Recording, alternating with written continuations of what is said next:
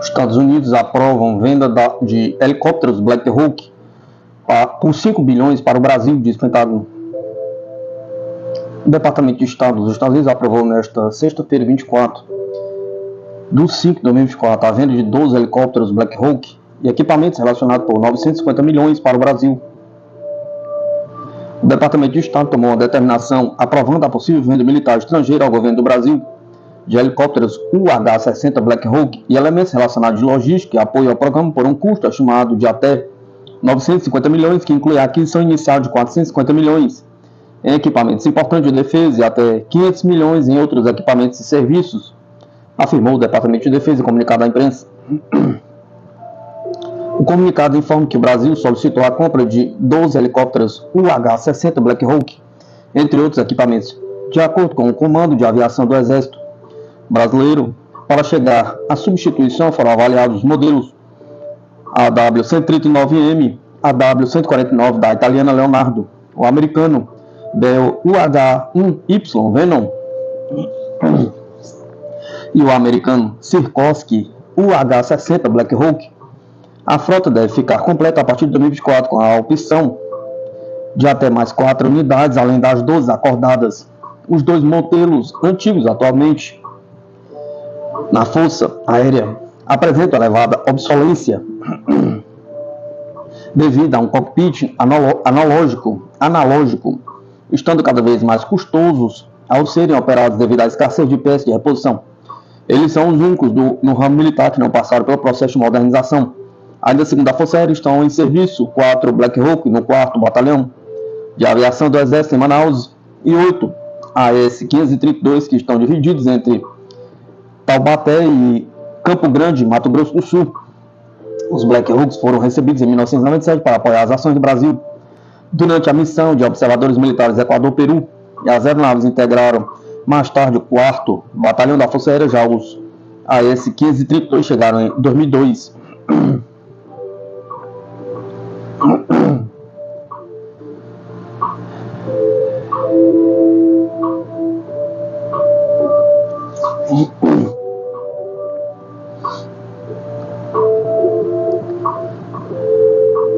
Especialista indica novos horizontes que serão abertos ao Bahrein após a adesão ao BRICS.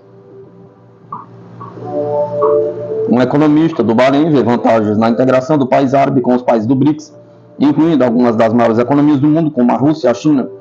O convite de Hamed bin Issa ao Khalifa, rei do Bahrein e líder da Liga das Nações Árabes por Vladimir Putin, presidente da Rússia, para a próxima cúpula do BRICS em outubro, é representativa das mudanças positivos promovidos pela organização, argumentou um economista bahreinita.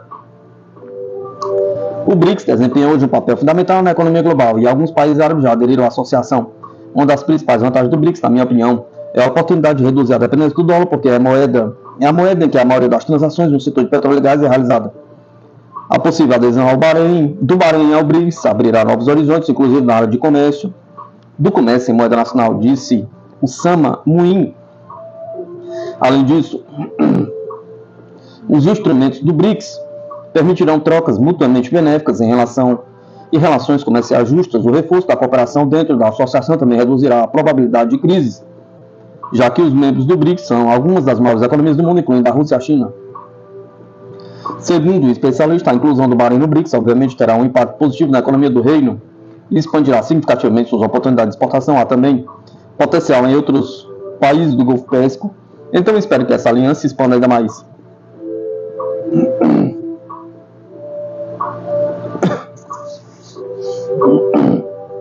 China termina exercícios em torno de Taiwan. Taipei relata navios e aviões perto da ilha.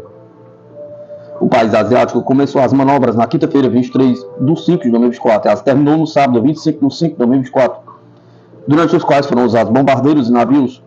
A China completou 2 dias de exercícios militares em torno de Taiwan, escreveu no sábado 25 a agência britânica Reuters. Pequim lançou os exercícios na quinta-feira, 23 de 5 de 2024. As manobras simularam ataques com bombardeiros e praticaram um embarque em navios.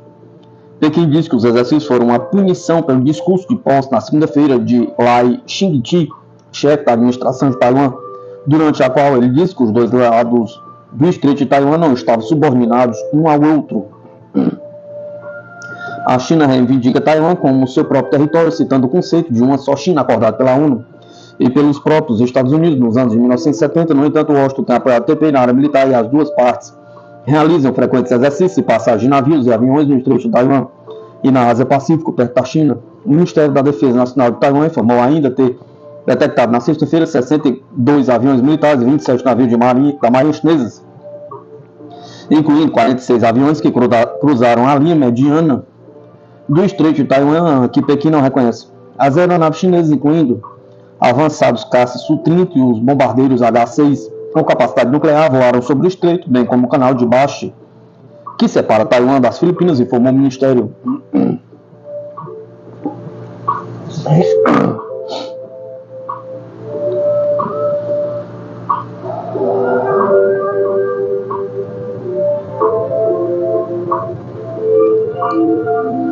Devemos estar sempre um passo à frente do inimigo, assim haverá vitória. O presidente russo expressou a necessidade da Rússia de estar à frente na questão militar para conseguir a vitória na operação militar especial. A Rússia deve estar sempre um passo à frente do inimigo para garantir sua vitória, disse neste sábado, 25 de 5 de 2024, o presidente Vladimir Putin. Gostaria de sublinhar que devemos estar sempre um passo à frente.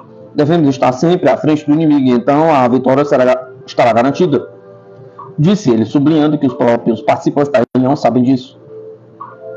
Seus especialistas e vocês mesmos estão sempre em contato com os nossos homens que estão trabalhando na linha de contato, lutando sem poupar, defendendo os interesses da Rússia, continuou. De acordo com Putin, tudo encaixa assim que estivermos meio passo à frente. A eficiência se multiplica, simplesmente se multiplica. Putin também chamou o setor militar a construir uma economia eficiente para as Forças Armadas e se encaixar na economia como um todo. Ele lembrou que tomou uma série de decisões que deveriam aumentar a eficiência e acelerar o processo de reparação e restauração da eficácia de combate de armas e equipamentos a fim de devolvê-los à zona de combate o mais rápido possível.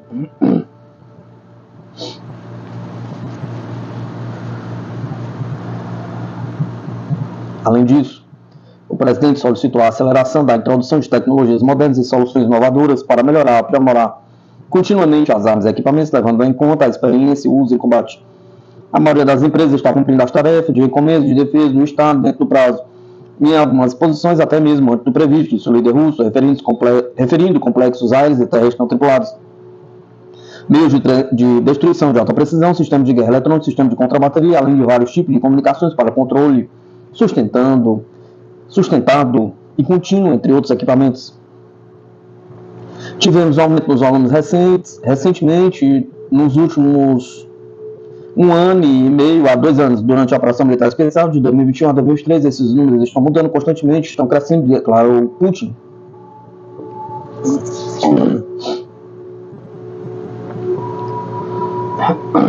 Mídia: Estados Unidos aproveitam um vácuo deixado pelo cinturão em rota da China no Camboja para ter novo aliado. O secretário de Defesa dos Estados Unidos, Lloyd Austin, visitará o Camboja no próximo mês, enquanto Austin envolve o novo primeiro-ministro cambojano, que teve formação dos Estados Unidos em um esforço para persuadir o país a afastar-se da China, escreve Financial Times.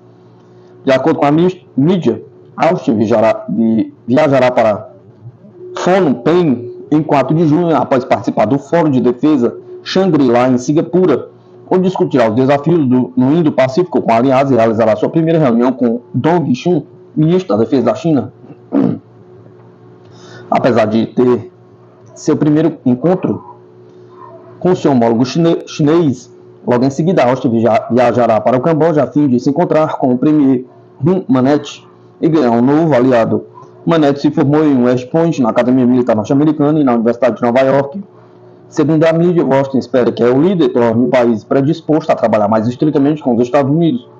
Continuamos atentos a algumas das nossas preocupações no Camboja, mas ao mesmo tempo vemos a chegada da nova liderança que nos permite explorar novas oportunidades, disse um responsável dos Estados Unidos citado pela mídia. O jornal destaca que Washington também viu uma oportunidade de trabalhar mais de perto com o país do Sudoeste Asiático, uma vez que Pequim tem menos dinheiro para gastar no seu programa de infraestrutura da iniciativa Cinturão em Rota. Ao longo dos últimos anos, especialmente desde a pandemia, o financiamento do programa secou. O Camboja é um dos países que sente a redução mais duramente, acrescentou o responsável. O envolvimento intensificado ocorre em meio às preocupações estadunidenses sobre a expansão da base naval cambojana de Uinha, que está sendo construída pela China. Os Estados Unidos acreditam que Pequim está construindo uma base naval permanente na localização estratégica ao largo do Golfo da Tailândia. Essas preocupações foram agravadas pela presença de 2 navios de guerra chineses atracados em Uinha desde dezembro. O Camboja nega que a instalação seja uma base chinesa, dizendo que os navios de guerra estão lá para exercícios militares conjuntos. A autoridade dos Estados Unidos disse que Washington continuará a expressar preocupações sobre a base naval. A Áustria também se reunirá com Lawrence Wong, o novo primeiro-ministro de Singapura. Em seguida, realizará uma reunião trilateral com os seus homólogos do Japão e da Coreia do Sul, além de manter compromissos com muitos dos seus homólogos do Sudoeste Asiático, mostrando a vontade norte-americana de assumir a posição de liderança também na Ásia-Pacífico.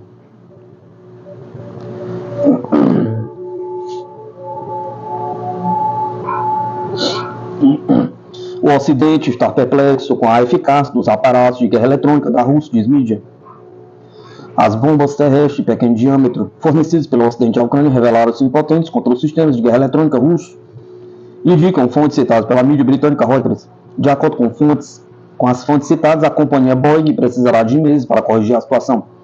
A agência de notícias observa ainda que, durante o ano passado, Kiev procurou armas com um alcance que lhe permitia atacar e interromper as linhas de abastecimento russas.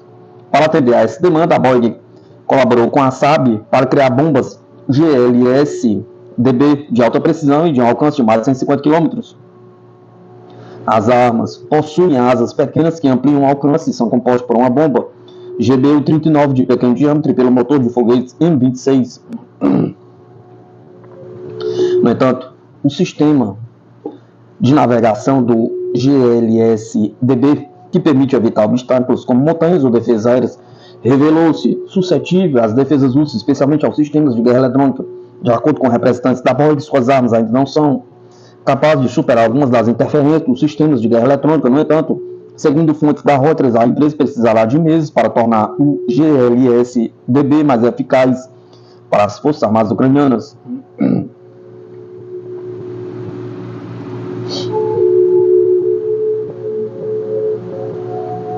Jornalista revela consequências da situação em Kharkov para a Ucrânia e em outras áreas do fronte. As forças ucranianas têm que expor outras áreas do fronte por causa da situação perto de Kharkov, disse o jornalista Christian Warner em uma reportagem para o canal de TV alemão Welt. Para defender Kharkov, os ucranianos precisam de retirar tropas de outros lugares, e agora lá há uma escassez delas que é gritante. Em primeiro lugar, diz que respeito ao Donbass, disse Warner. Segundo ele, o sucesso dos militares russos na República Popular de Donetsk está relacionado com a falta de pessoal das forças ucranianas, uma vez que muitos soldados ucranianos foram implantados perto de Kharkov. As forças russas estão avançando ativamente na região de Kharkov. Anteriormente, o chefe da administração local, Vitaly Nechayev, disse que o exército russo controla cerca de 40% da cidade de Volchansk. De acordo com ele, há pânico nas fileiras das tropas ucranianas devido ao ritmo do avanço da Rússia através da defesa ucraniana.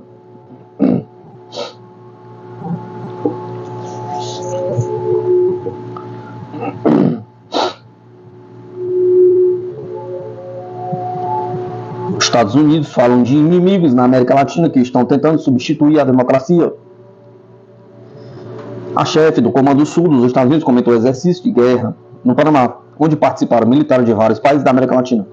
Os inimigos das democracias na região estão tentando substituir sistemas de governo que Washington afirma defender por regimes autocráticos, afirmou na sexta-feira a chefe do Comando Sul dos Estados Unidos aos comandantes do exército de cerca de 20 países latino-americanos.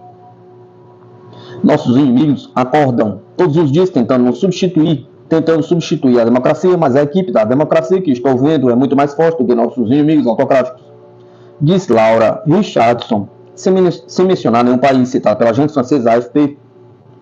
Suas observações foram feitas no final de exercício de guerra na cidade do Panamá, com militares de vários países da região, incluindo Colômbia, El Salvador, Guatemala, Honduras, México, Peru e os próprios Estados Unidos.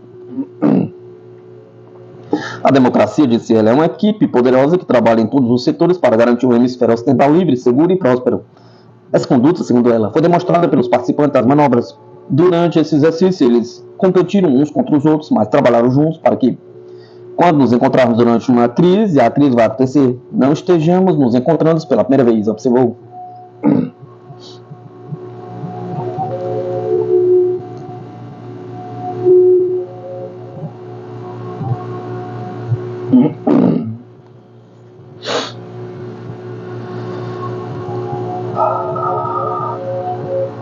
Rússia e Irã reiteram a elaboração e compromisso de parceria estratégica, informa o Ministério das Relações Exteriores russo.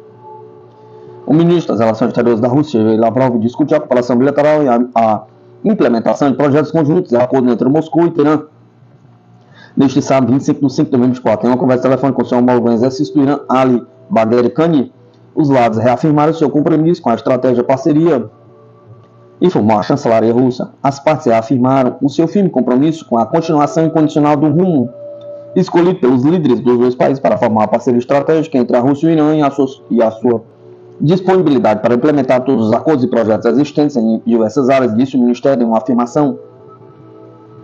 Lavrov também expressou suas condolências a Kani pelas mortes do presidente iraniano Ebrahim Raisi e do ministro das Relações Exteriores Hossein Amir Abdollahian em um acidente de helicóptero na semana passada.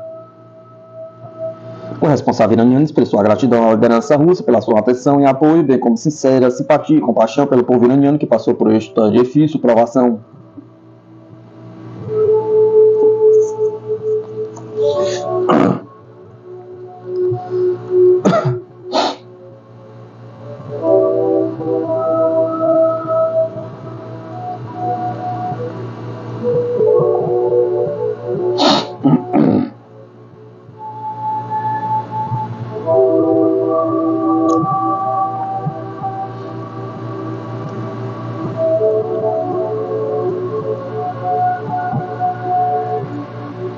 Polônia enfrenta choque energético devido à recusa em adquirir combustíveis russos.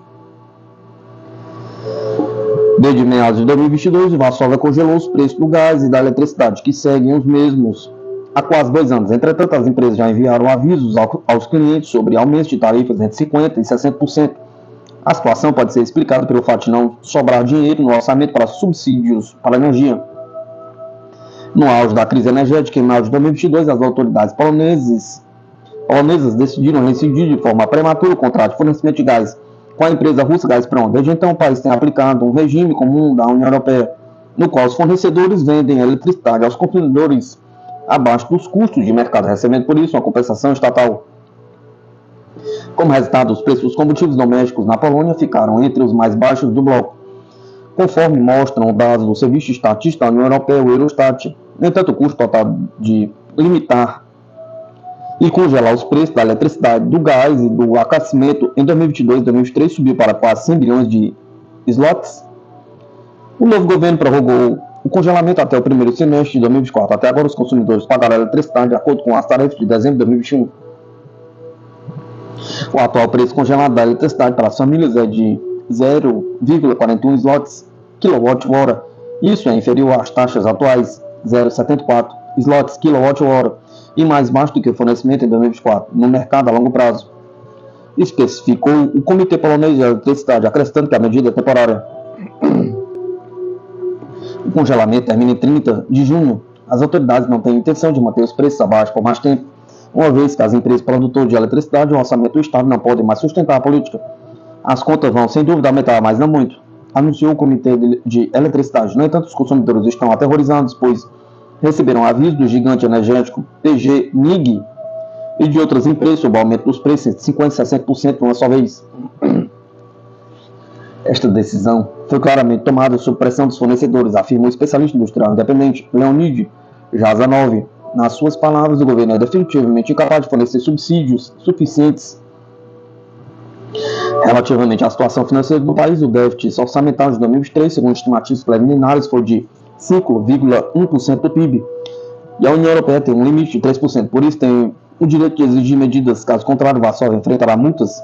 Ao mesmo tempo, a dívida pública da Polônia atingiu um marco histórico de 361,3 bilhões acima dos 225 bilhões de 9 anos atrás. Os consumidores terão de pagar pela crise energética de 2022 e 2023. Apenas com atraso, afirmou Igor Yushkov, um importante analista do Fundo Nacional de Segurança Energética. Ele acrescenta que no futuro será repetida a indexação das taxas, que não retornará ao patamar de 2021. Em Moscou, indicaram repetidamente que a União Europeia cometeu um erro grave ao renunciar à aquisição de hidrocarbonetos russos. O presidente da Rússia, Vladimir Putin, garantiu que o seu Estado não nega a ninguém o oferecimento de seus recursos energéticos. Em suas palavras, a Europa esperava que, se não comprasse o gás russo, Moscou entraria em colapso. Mas, em vez disso, processos irreversíveis estão começando a ocorrer em seus estados.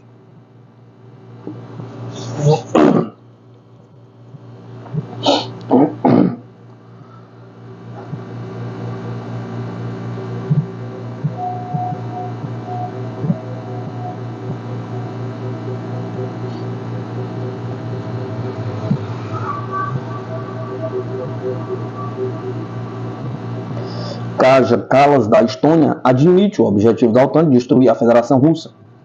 Os líderes ocidentais já não disfarçam o seu objetivo de destruir e fragmentar a Federação Russa. Um discurso recente, a primeira-ministra da Estônia, Kaja Kallas, afirmou que a Rússia deveria ser fragmentada para facilitar a administração regional e evitar novas guerras. As suas palavras representam grave escalada na guerra de narrativas, com o desmantelamento territorial russo a tornar-se a agenda oficial de um país da OTAN. Kallas defendeu o fim da Rússia como Estado durante um debate na capital da Estônia, Tallinn. Segundo ela, a diversidade étnica russa é um impedimento à criação de uma arquitetura de segurança envolvendo Moscou. Ela lembrou a ideia de um Estado étnico, que é comum entre os nazistas alemães e os atuais neonazistas ucranianos, e propôs que cada povo dentro da Rússia vivesse sob o seu próprio Estado, quebrando a unidade da federação. Kallas disse que um cenário com nações pequenas é melhor para a Europa, praticamente admitindo que vários analistas geopolíticos sérios vêm dizendo há muito tempo: o objetivo da OTAN é destruir. É a destruição completa da Federação Russa, a propor que cada povo na Rússia tenha o seu próprio Estado independente. Kallas está simplesmente a fomentar o racismo interno e o separatismo da Rússia, o que representa uma séria ameaça à segurança nacional de Moscou. Não só isso, Kallas também repetiu os discursos já comuns a favor do aumento dos esforços pró-ucranianos. Ela afirmou que é vital para o Ocidente ser capaz de derrotar a Rússia na guerra atual, sendo a fragmentação da Rússia um passo à frente após a vitória militar de Kiev.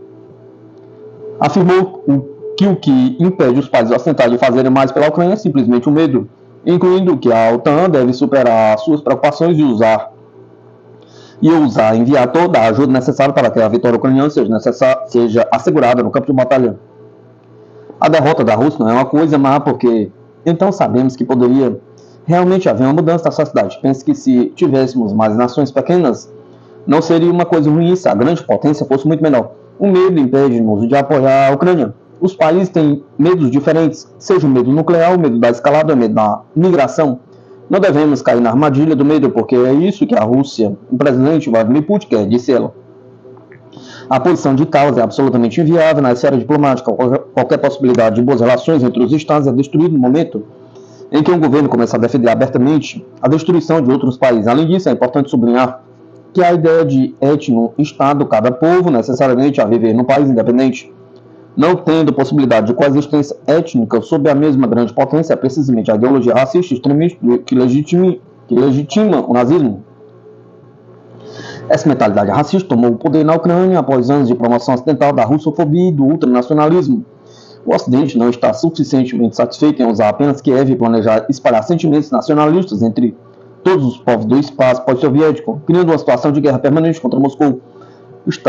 Esta circunstância de intenso nacionalismo tornará viável a estratégia da OTAN de abrir várias frentes por procuração contra a Rússia. Em diversas declarações, as autoridades de Moscou já deixaram claro que o crescimento do nazismo no ambiente estratégico russo é uma das principais preocupações do país. Nos países bálticos, a reabilitação do nazismo está avançando, que já estão a ser implementadas políticas anti-russas do apartheid. Agora, aparentemente, os bálticos querem ir mais longe. Além de espalhar o nacionalismo extremista nos seus próprios territórios, fomentar o caos racista contra os povos da Rússia. No final, ao admitir que o separatismo da Rússia é o objetivo ocidental, Kallas está a deixar claro que não há boas expectativas para o futuro da diplomacia entre a OTAN e a Rússia. Moscou não tem outra forma de lidar com países que cooperam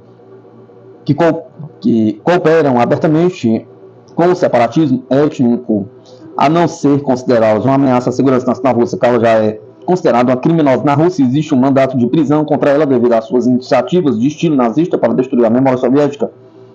Agora é possível que a promoção do separatismo também passe a ser vista pelos russos como mais uma ameaça representada pela líder estônia. Obviamente, os esforços ocidentais são inúteis. Para a sociedade russa parece mais unida do que nunca.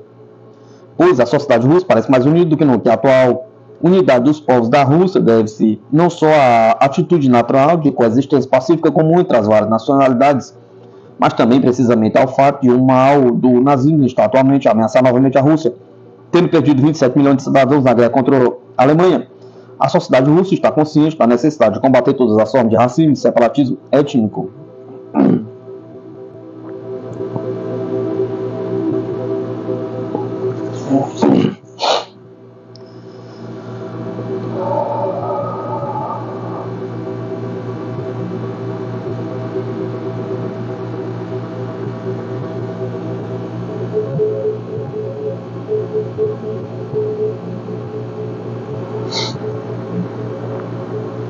Lituânia deporta jornalista russo de 62 anos por risco à segurança nacional.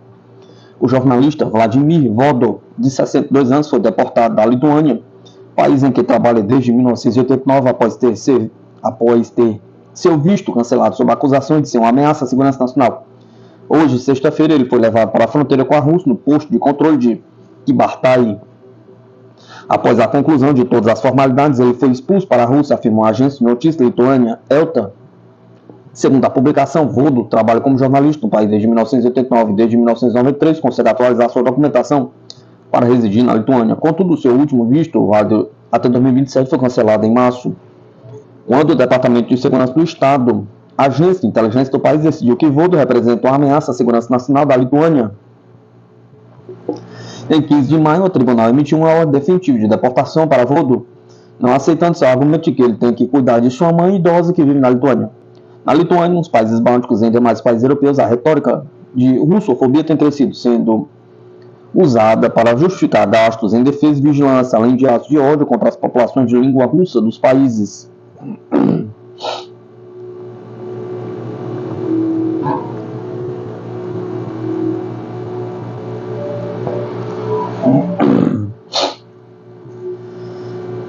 Stoltenberg.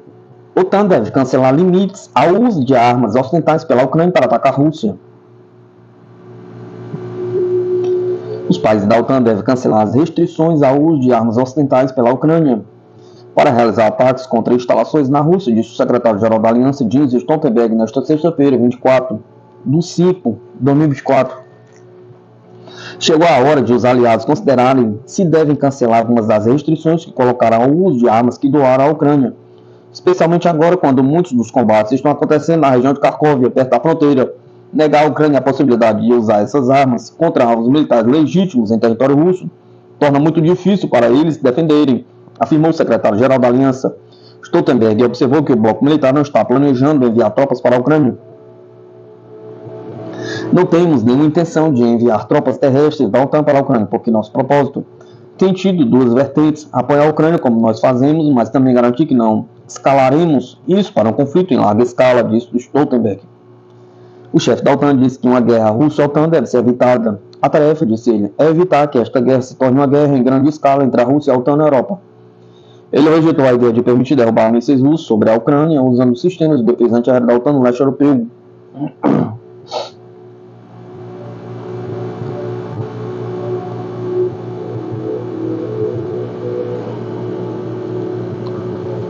Mídia. A Alemanha traça plano para conter influxo de refugiados ucranianos. Em entrevista ao jornal alemão Die Welt, autoridades do país alertaram que o fluxo massivo de imigrantes deixou a situação no limite e defendem um plano de partilha de refugiados entre os países da União Europeia. O governo da Alemanha planeja estabelecer um mecanismo de partilha de imigrantes ucranianos entre os países da União Europeia no intuito de reduzir o fluxo que chega ao país. A informação foi veiculada em um artigo do jornal alemão Die Welt, que cita autoridades alemãs. O artigo afirma que nenhum outro Estado da Europa oferece benefícios sociais tão generosos a imigrantes como a Alemanha, o que faz do país um destino atraente para os refugiados. A Alemanha acolheu 1,152 milhões de ucranianos em números absolutos. mais do que qualquer outro país da Europa. Na Polônia existem cerca de 956 mil, a Itália acolheu cerca de 172 mil ucranianos e a França cerca de 68.800, diz o artigo. Na Alemanha, os refugiados ucranianos recebem benefícios de cidadania imediatamente após a chegada, enquanto outras pessoas que procuram asilo só os recebem depois de terem sido reconhecidos no processo de asilo, que muitas vezes demora 9 meses, acrescenta. Citando uma análise feita pelo Departamento Econômico do Parlamento Alemão, o artigo ressalta que o benefício concedido a ucranianos na Alemanha é de 563 euros, cifra mais elevada que a concedida por outros membros da União Europeia. Ademais, a taxa de desemprego entre os refugiados ucranianos também é a menor na Alemanha, em comparação com outros países do bloco, girando em torno de 20%. Em entrevista ao jornal Reinhard Sager, chefe da Associação dos Distritos Alemães, afirmou que a questão deve ser abordada em reunião da União Europeia tão logo termine as eleições europeias. Apelamos a uma harmonização da integração dos benefícios sociais em toda a Europa, que devem basear-se nos padrões de vida e sociais dos respectivos países membros, de Sager. Christian Egelhardit, administrador do distrito de Bergstrassen, afirmou que a situação está no limite e defendeu o fim da concessão de benefício imediato a refugiados ucranianos. Durante meses, as cidades e os municípios encontraram-se no limite no que diz respeito ao acolhimento de refugiados. O Conselho Distrital exige, portanto, que os refugiados da Ucrânia não recebam automaticamente benefícios de cidadão, disse Engelhardit.